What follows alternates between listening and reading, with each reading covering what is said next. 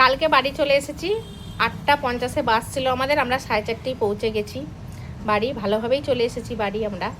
তো বাড়ি এসে প্রথমে যেটা দেখলাম সেটা হচ্ছে ঘরে যাই অবস্থা, পুরো এ ঘর ও ঘর সব মিলিয়ে একবারে এলোমেলো হয়ে পড়ে আছে।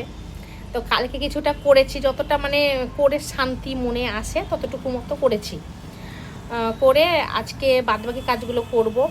তো চারিদিকে কাজ পুরো এলোমেলো হয়ে ছিটিয়ে পড়ে আছি। সকালবেলায় উঠে কোনো রকমের রান্নাবান্না করে মেয়েকে স্কুল পাঠিয়ে দিয়েছি, ওর টিফিন রেডি করে সব কিছু করে ওকে স্কুল পাঠিয়ে দিয়েছি।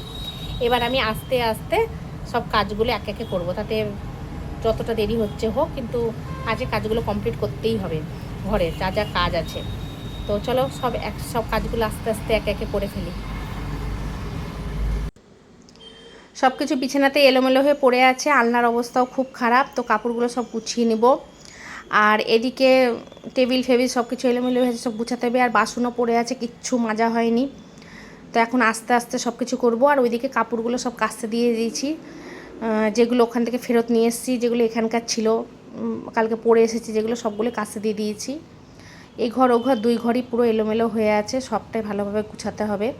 তো আজকে সারাদিনই লেগে যাবে। তো যাই হোক, করে নিয়ে আস্তে আস্তে কাজগুলো।